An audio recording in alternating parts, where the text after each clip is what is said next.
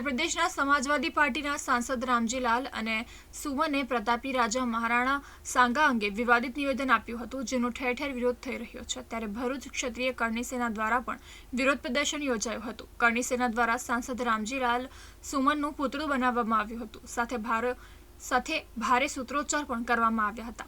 કરણી સેનાના આગેવાનોએ આ અંગે કલેક્ટરને આવેદનપત્ર પાઠવી રજૂઆત પણ કરી હતી અને સાંસદ માફી માંગે તેવી માંગ કરવામાં આવી હતી। અત્રે ઉલ્લેખનીય છે કે તાજેતરમાં સાંસદ સુમનનો એક વિડીયો સામે આવ્યો હતો, જેમાં તે કહેતા સાંભળવા મળે છે કે રાણા સાંગા એક દેશદ્રોહી હતા, જેણે બાબરને ઇબ્રાહિમ લોદીને હરાવવા માટે બોલાવ્યો હતો।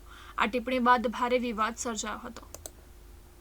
લોકસભામાં જ્યારે ક્ષત્રિય સમાજ ક્ષત્રિયોને છૂટાઈને મોકલતા હોય સાંસદ બનાવીને, તો આ તમામ ભારતના સાંસદો શું કરવા બેઠા છે એ બી અમે જાણવા માગીએ છીએ। અને અત્યારે તમામ ક્ષત્રિયો દ્વારા આજે ભરૂચ કલેક્ટર ઓફિસ ખાતે આવેદનપત્ર આપવામાં આવ્યું છે અને ઉગ્ર વિરોધ કરવામાં આવશે। આગામી સમયમાં જો આ સમાજવાદી પાર્ટીના સાંસદ એવા રામજીલાલ સુમન દ્વારા માફી નહીં માગવામાં આવે તો એને અમે દેખાડી દઈશું કે ક્ષત્રિય શું છે।